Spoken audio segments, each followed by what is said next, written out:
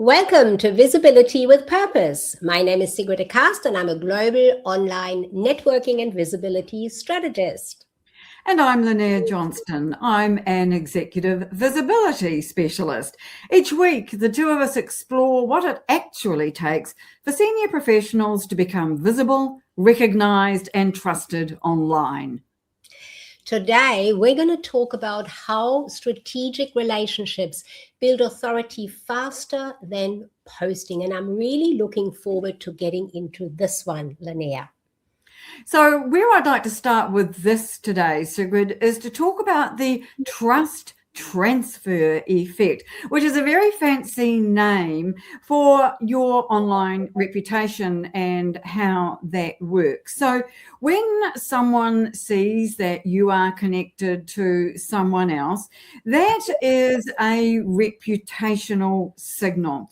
It tells the person that not only do you know that person, but you have a belief that they know what they're talking about, that they're credible, in other words. And so I think that this has a really important impact in terms of building authority, because it's very important that we have in our networks the right people, not lots of people, but the right people. And those are people who need to be authorities in their field. Maybe they are experts or they are a specialist in a certain niche, but we are, by extension, that they are connected to us. We are saying that we believe these people are good people to deal with. They have value in terms of their knowledge and experience. And so this is what I mean when I say the trust transfer effect. And so when you are building these strategic relationships that we are talking about here today, we do need to take that into account.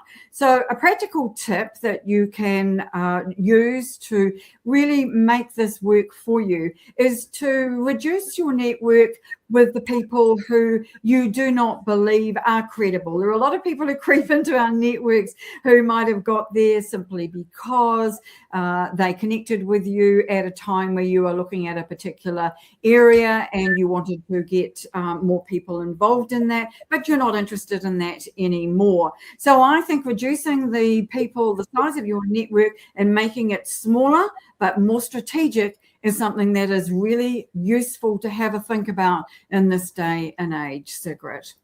I think that's an excellent idea, Lynnaire, there. And if I'm thinking about networking for a moment, whatever the room is, whoever is in the room at the time, on first glance, they may not all look like the right connection.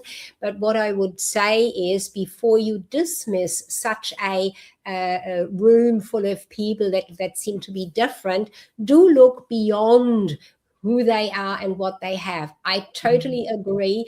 Who we associate with, who's in our network, who we are openly seen to be connected with, can really make or break our own credibility. Absolutely, for sure. And for that reason, though, I would definitely have a look at, in a networking situation, who is also behind that person. There can be exactly 2 or 3 people that you do wish to be connected to and associated with that you're not seeing on first approach. So always be open to that as well, is what I would say, Lynnaire. When you're talking about reducing our network, let's come back to LinkedIn, which is the platform that we are both on and that we're often giving tips and ideas on.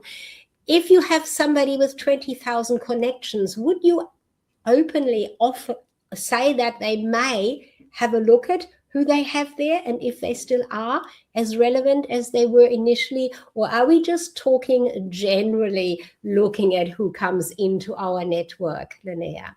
Well, I think it's important to be aware of who is coming in. So it starts today, because you can fix today and tomorrow it's a lot harder to fix yesterday. So definitely when you are inviting people or you are invited to connect with somebody, do check them out quite thoroughly first of all, because I think that that's a really important thing. Is in terms of reducing your network, you have to weigh up whether it's worth spending the time on doing doing that, or whether it's not. But this is something just to consider when looking at whether that's a good thing to be doing.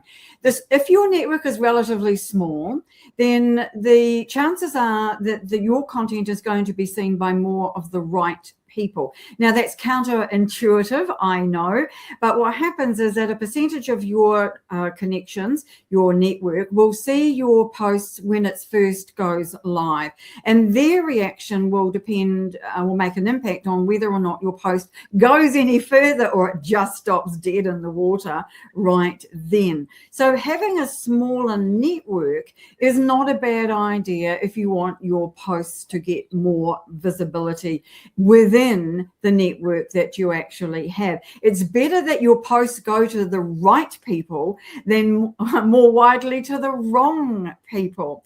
So I think that's the first thing to take into consideration when we're thinking about this.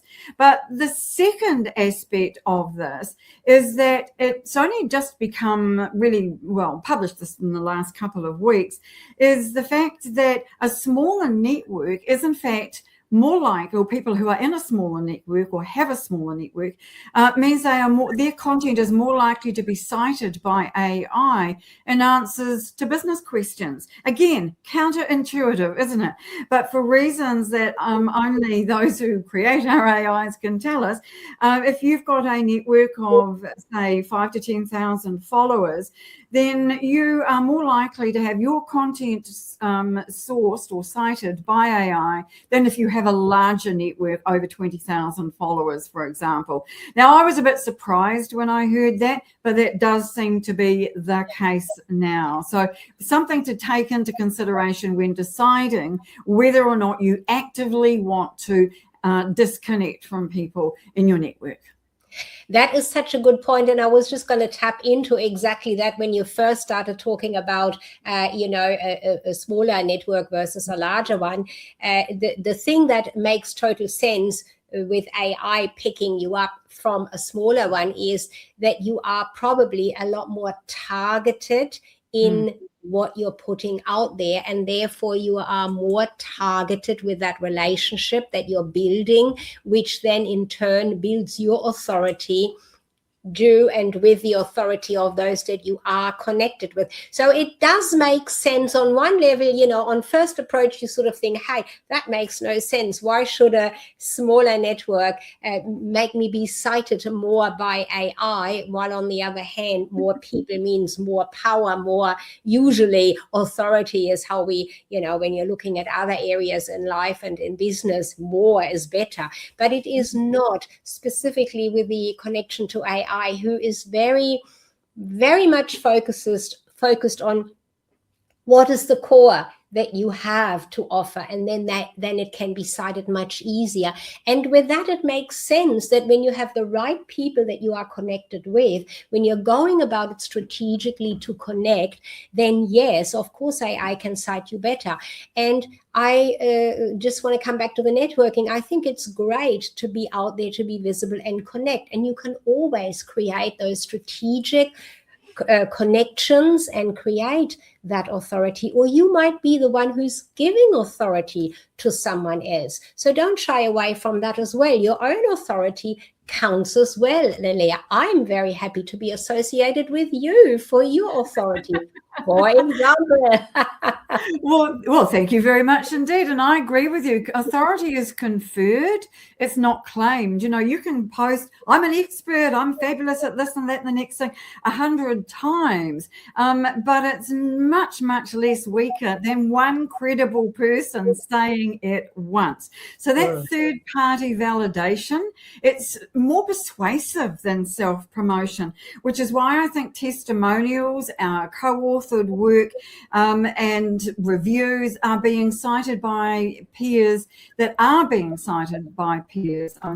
Outperform your solo content. So the more that we build these relationships, the more we collaborate, the more we work with others, then I think it all compounds. That authority compounds, and a bit like relationship building, the effect of it ripples out. And I think that you'll agree with this, that AI is citing sources where other people are citing sources. What I mean by that is, if you are writing a post where you are quoting someone else, then the person who is being quoted is often likely to be picked up by AI. So those strategic relationships where other people are talking about you is so much more important now than it used to be. I mean, testimonials have always been important, but I think they take on a whole new role now when it comes to AI. Can we make a distinction, or would you make a distinction between being cited and having a testimonial put on your profile, for example, or putting a testimonial into your content when you're talking about something? Now, we may have different approaches to this, different angles on this. I feel that being cited by someone has more power. That's my thinking. What do you think, Lynnaire? I agree with you on that one, Sigrid. It's that third party endorsement, isn't it, that makes all the difference, because you're not saying it about yourself, you're saying somebody else is saying it about you. And if they are using their content or even their reputation to say something positive about you, that holds a lot of weight, I think. Whereas if you are saying it about yourself, then, you can say anything you like about yourself, can't you? So I think that this really has an important it's a feedback loop, if you like. And rather than you just saying, oh, I'm fantastic, I do this and I do that, if somebody else says it, then it really is more important. And I think that that's what AI is picking up. And so we need to think when we're looking at content or thinking of working with people, how we can make that happen. And it's not, AI is such a movable feast right now. It's very hard to work out exactly what this might look like. But I do think that, again, it comes back to those strategic relationships that we build, that we can then start to lean on when it comes to being the person who is cited by AI for expertise in our particular field. I think you're absolutely right. I agree with you there. So it's all very well for me to say I do this and I'm great at this and I'm an expert here. But when you or someone else says that, and not just in a testimonial somewhere, in a recommendation as such, but I think the power is, particularly with AI, how I understand it, when AI is looking for your content and your expertise, and they can find this on someone else's content, that you're being mentioned or that you're being cited there for your expertise, it is just so much more powerful, is how I would see that. Totally agree with what you are sharing there, Lynnaire. I think really honing in on strategic relationships and letting that lead to building your own authority within the visibility that we are all creating these days online, and having that power push by AI because we're being cited from someone else. I think we can come to the conclusion on that one today. That's definitely what it is all about. What do you think, Lynnaire? I absolutely agree. And I'd just like to make one last brief point on this one today, Sigrid, and that is relationships can help you create your best content anyway, because by building those relationships, having conversations, collaborating with people, it helps you to be able to come up with ideas for your own content, for your own articles. You can write case studies, you can do joint ventures that produce material that always outperform solo takers. And so my point around this one, I think, is that LinkedIn is going to be introducing something very soon, and is starting to test it already, whereby we can collaborate on posts. Now, nobody quite knows how that's going to look at this stage, but this whole idea of collaborating with other people really exponentially increases the reach that we have. And I mean both organic reach, but also in the reach in terms of our networks. And so, you know, two people can always create better content than just one person on their own. So I think it's worth remembering strategic relationships can help build that kind of aspect too. And with that little mention you've just made there, let's leave that cliffhanger here and let everyone come back next time when we are doing some more talking about what's happening for your visibility on purpose and for the visibility on LinkedIn. So with that, if today's episode gave you one thing to think about or to try, we really would like to hear about it in the comments. And if you found this useful, please share it with a colleague who's navigating the same questions about visibility, because that's exactly the kind of networking that builds recognition.